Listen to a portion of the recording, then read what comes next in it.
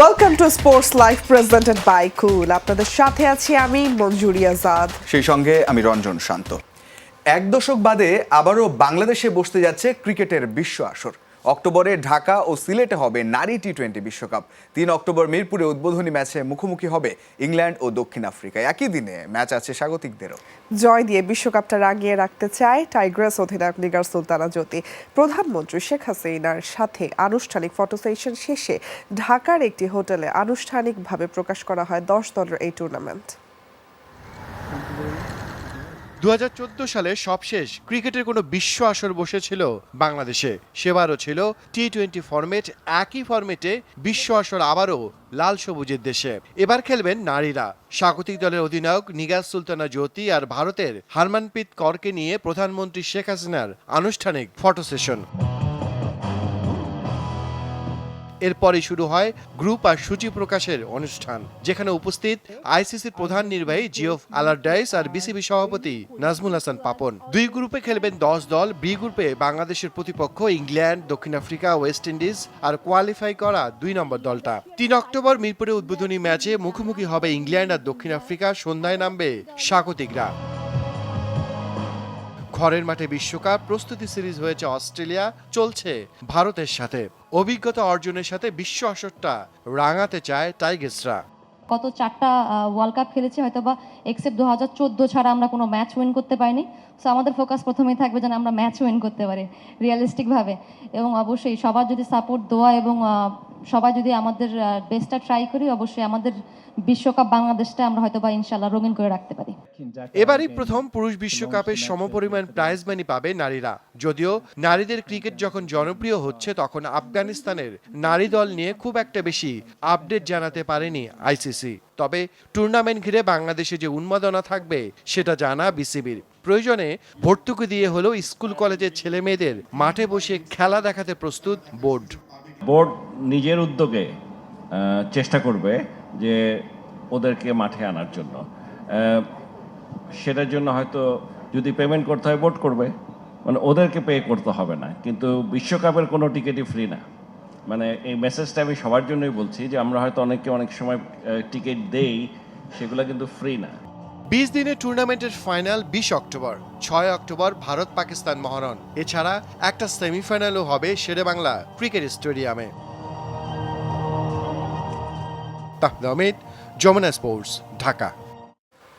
Shopping মলে ভক্তদের অতি আগ্রহে বিড়ম্বনার শিকার হয়েছেন সানরাইজার্স হায়দ্রাবাদের দক্ষিণ African hard hitter Heinrich Klaasen. তাকে দেখে ক্লাসেন ধ্বনিতে পুরো শপিং মল মুখরিত করে তোলেন ভক্তরা। ভক্তদের হুড়োহুড়ি ও ধাক্কাধাক্কিতে বিরক্ত ক্লাসেন একসময় তাদের শান্ত হতে বলেন, কিন্তু সেটি না হওয়ায় দ্রুত মল থেকে বেরিয়ে আসেন এই প্রোটিয়া ক্রিকেটার। ভারতের একটি শপিং মলে এভাবেই ভক্তদের ভিড়ে খেই হারিয়েছেন দক্ষিণ আফ্রিকার ব্যাটিং দানব হেনরিক ক্লাসেন। সে সময় এই উইকেট রক্ষক ব্যাটারের সঙ্গে ছিলেন আরেক ক্রিকেটার জয়দেব উনাদকাট। মধুর এই বিড়ম্বনায় পড়ে অবশেষে কোনো মতে মল থেকে বের হয়ে আসেন বর্তমানে আইপিএল এর ফ্র্যাঞ্চাইজি সানরাইজার্স হায়দ্রাবাদের হয়ে খেলা ক্লাসেন। এক পর্যায়ে পুরো শপিং মলে প্রতিধ্বনিত হতে থাকে ক্লাসেনের নাম। এত পরিমাণ ভক্তদের উপস্থিতিতে ঠিকমতো হাঁটতেও পারছিলেন না এই পাওয়ার হিটার। এমনকি ধাক্কাধাক্কির শিকারও হতে হয় তাকে। এমন অবস্থায় বেশ বিরক্ত হতেই দেখা যায় ক্লাসেনকে। পরে ভক্তদের উদ্দেশ্যে হাত নাড়িয়ে ঠান্ডা হতেও বলেছেন এই তারকা, কিন্তু তাতেও খুব একটা লাভ হয়নি। বাধ্য হয়েই মল ছাড়েন এই প্রোটিয়া।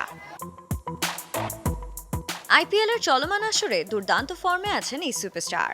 বিশেষ করে তার মন্ত্রমুগ্ধকর ছক্কা হাঁকানোর ক্ষমতার জন্য হায়দ্রাবাদের ভক্তদের কাছে তারকা বনে গেছেন ক্লাসেন।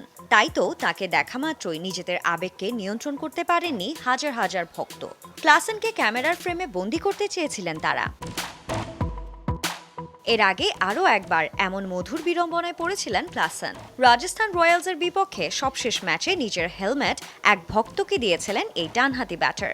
উত্তেজনাকর এই ম্যাচে জয় পেয়ে উল্লাস করতে চেয়েছিলেন ক্লাসেন সহ দলের বাকি ক্রিকেটাররা, কিন্তু ভক্তদের অতিরিক্ত ভালোবাসার কারণে সেটি সম্ভব হয়ে ওঠেনি। সাঞ্জনা আইভি, যমুনা স্পোর্টস। বিপিএল ফুটবলে আবাহনীর সাফল্য না পাওয়ার দায় ফুটবলারদেরই বলে দাবি দলটির অভিজ্ঞ ডিফেন্ডার রহমত মিয়ার। চ্যাম্পিয়ন দল গড়েও শেষ পর্যন্ত শিরোপা না পাওয়াটা কষ্টদায়ক বলছেন এই ডিফেন্ডার। সুযোগগুলো সঠিকভাবে কাজে না লাগায় ব্যবধান তৈরি হয়েছে বলে মনে করেন তিনি। বিপিএল এর আশা শেষ হলেও ফেডারেশন কাপের আশায় বিভোর দলটি। ক্রিকেটে নিয়মিত সাফল্য পেলেও উল্টো চিত্র আবাহনীর ফুটবলে। দীর্ঘ 4 মৌসুম ধরে আকাশী নীলের ঝুলিতে নেই পেশাদার লিগের শিরোপা। চলতি মৌসুমেও আশা শেষ হয়েছে ধানমন্ডি পাড়ার ক্লাবটির। আবাহনী বরাবরই চ্যাম্পিয়ন দল গড়ে বলে জানালেন দলটির অভিজ্ঞ কাণ্ডারি রহমত মিয়া। তবে শিরোপা ঘরে না ওঠার দায় খেলোয়াড়দেরই বলে দাবি এই ডিফেন্ডারের। আশানুরূপ রেজাল্ট করতে পারিনি আমরা, এটা দিন শেষে প্লেয়ারদেরই ব্যর্থতা, কারণ আমরা চেষ্টা করেছি কিন্তু পারিনি। যেহেতু এখনও লিগের শেষ হয়নি, আরও কিছু ম্যাচ আছে এবং ফেডারেশন কাপের ম্যাচ আছে, সো আমরা শেষ পর্যন্ত চেষ্টা করব ইনশাআল্লাহ যদি কোনো আউটকাম পাই এখান থেকে। বিপিএলে এখন পর্যন্ত সর্বোচ্চ 6 বার শিরোপা ঘরে তুলেছে আবাহনী। লম্বা সময় ধরে এভাবে খালি হাতে থাকাটা অনেকটাই বেমানান ঐতিহ্যবাহী ক্লাবটির জন্য। সুযোগগুলো সঠিকভাবে কাজে না লাগানোর কারণে এই মৌসুমেও শূন্য হাতে দলটিকে থাকতে হচ্ছে বলে মনে করেন রহমত। স্বাভাবিকভাবে প্রত্যেকটা টিমই চায়, যারা চ্যাম্পিয়ন টিম করার আশা রাখে তারা চ্যাম্পিয়ন হতে চায়, আর আবাহনী সবসময় চেষ্টা করে চ্যাম্পিয়ন টিম করার। অনেক অপরচুনিটি ক্রিয়েট করেছিলাম, বাট আনফর্চুনেটলি আমরা সেগুলো গোলে কনভার্ট করতে পারিনি। সো যেহেতু সেই ম্যাচ চলে গেছে সেটা বাদ, এবং আমরা ফিউচারে যে ম্যাচগুলো আছে সেগুলো নিয়ে চিন্তা করব। চলতি বছরে রেকর্ড তাপমাত্রায় জনজীবন যখন ওষ্ঠাগত ছিল তখনও বন্ধ ছিল না খেলার মাঠ। অতিরিক্ত গরমে খেলতে কষ্ট হলেও সর্বোচ্চটুকু দেওয়ার তাগিদ ছিল আকাশী নীলদের। অন্যান্য বছরের থেকে এবছরের গরমটা একটু বেশি, প্লেয়ারদের খেলতে একটু অসুবিধা হচ্ছে, তারপরেও প্লেয়াররা চেষ্টা করতেছে অ্যাডজাস্ট করে নেওয়ার, এবং যে টাইমটাতে আমাদের ম্যাচ হচ্ছে আমরা চেষ্টা করতেছি সেই টাইমটাতেই প্র্যাকটিস করার, যাতে করে আমাদের অ্যাডজাস্টটা ভালো হয়, আমরা কমফোর্ট ফিল করতে পারি ম্যাচে। খেলা চলাকালীন প্রায় রেফারির সিদ্ধান্ত পক্ষে যায়নি আবাহনীর। সবশেষ ম্যাচেও পেনাল্টি নিয়ে মাঠে প্রতিবাদ জানায় দলটি, যদিও এই বিষয় নিয়ে কথা বলতে রাজি নন রহমত মিয়া। মৌসুমে ছোট ছোট ভুলগুলোই বড় কারণ হয়ে দাঁড়ালো আবাহনীর সামনে। একটা সময় প্রিমিয়ার লিগে প্রভাব বিস্তার করে খেলা দলটি কিনা লম্বা সময় ধরে আছে শিরোপাহীন। তবে অফিসিয়ালদের বিশ্বাস খুব দ্রুতই তারা কাটিয়ে উঠবে এই সময় এবং দলটিকে এনে দিবে স্বপ্নের শিরোপা। Nasif Shuvo, Jamuna sports, Dhaka. Strike rate নিয়ে বিরাট কোহলির দেয়া পাল্টা জবাবে এবার বেজায় চটেছেন সুনীল গাভাস্কার। রীতিমতো কথার যুদ্ধে মেতেছেন এই দুই তারকা। সমালোচকদের কথায় পাত্তা না দিলে কেন মাঠের বাইরের কথায় জবাব দিচ্ছেন কোহলি, সে প্রশ্ন রাখেন গাভাস্কার। পাশাপাশি কোহলির বক্তব্য বারবার প্রচার করায় সম্প্রচারকারী চ্যানেল স্টার স্পোর্টসের ওপরও ক্ষোভ ঝেড়েছেন তিনি। 11 ইনিংসে 542 রান করে আইপিএলের এবারের আসরে এখন পর্যন্ত সর্বোচ্চ রান সংগ্রাহক বিরাট কোহলি। তবে 148 স্ট্রাইক রেটে রান করার পরও তার ব্যাটিং নিয়ে হচ্ছে সমালোচনা। বিশেষ করে তার মন্থর ব্যাটিংয়ের সমালোচনা করেছিলেন সাবেক অধিনায়ক সুনীল গাভাস্কার। এরপর 28 এপ্রিল গুজরাটের বিপক্ষে 70 রানের ইনিংসের পর মুখ খোলেন বিরাট কোহলি। সমালোচকদের, বিশেষ করে ধারাভাষ্যকারদের কড়া ভাষায় জবাব দেন তিনি। এবার পাল্টা জবাবে কোহলির আচরণে বিরক্ত হওয়ার কথা জানালেন সুনীল গাভাস্কার। যখন ওর স্ট্রাইক রেট 118 ছিল তখন ধারাভাষ্যকারেরা প্রশ্ন তুলেছিল। সে বলেছে বাইরের কারো কথায় কান দেয় না, কারো কথায় পাত্তা দেয় না। ভালো কথা, তাহলে সে বাইরের কথা জবাব কেন দিচ্ছে? ওর মতো প্রচুর না হলেও আমরা সবাই অল্প কিছু ক্রিকেট খেলেছি। আমাদের কোনো এজেন্ডা থাকে না, যা দেখি সেটাই বলি। আমাদের পছন্দ অপছন্দ নেই, থাকলেও শুধু মাঠে যা হয় তা নিয়েই কথা বলি। শুধু কোহলি নয়, এ ঘটনায় সম্প্রচারকারী চ্যানেল স্টার স্পোর্টসের ওপরও ক্ষোভ ঝেড়েছেন গাভাস্কার। কোহলির পাল্টা বক্তব্য কেন বারবার প্রচার করা হলো সে নিয়েও অসন্তোষ প্রকাশ করেন তিনি। কোহলির বক্তব্যের পরেও অন্তত 6 বার দেখানো হয়েছে। এর মাধ্যমে সমালোচকদেরই প্রশ্নের মুখে ফেলে দেওয়া হয়েছে। একজন স্টার স্পোর্টসের ধারাভাষ্যকারদের হেয় করছে, সেটাই আবার স্টার স্পোর্টস বারবার দেখাচ্ছে। আমার মনে হয় না এটা ভালো কিছু। তাদের বোঝা উচিত তারা যথেষ্টবার দেখিয়েছে, সবাই বার্তা পেয়ে গেছে। সমালোচকদের জবাব ব্যাট হাতে মাঠেই দিচ্ছেন বিরাট কোহলি। জায়গা করে নিয়েছেন ভারতের টি-20 বিশ্বকাপ দলেও। প্রধান নির্বাচক অজিত আগারকারও জানিয়েছেন কোহলি স্ট্রাইক রেট নিয়েও চিন্তিত নয় দল। মুজরেবিন তারেক, যমুনা স্পোর্টস। ক্রিকেট জীবনে ধোনিকে নিজের বাবার সাথে তুলনা করেছেন শ্রীলঙ্কা ও চেন্নাই সুপার কিংসের পেস বোলার মাথিসা পাথিরানা।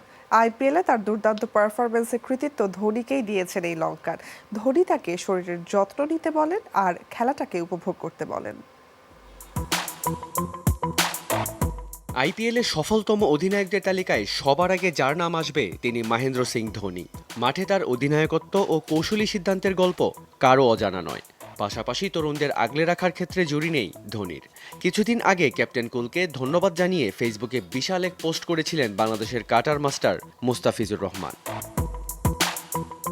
এবার ধোনির প্রতি কৃতজ্ঞতা প্রকাশ করেছেন চেন্নাই সুপার কিংসের আরেক পেসার মাথিসা পাথিরানা। ক্রিকেট ক্যারিয়ারে ভারতীয় এই গ্রেটকে বাবার মতো দেখেন তিনি।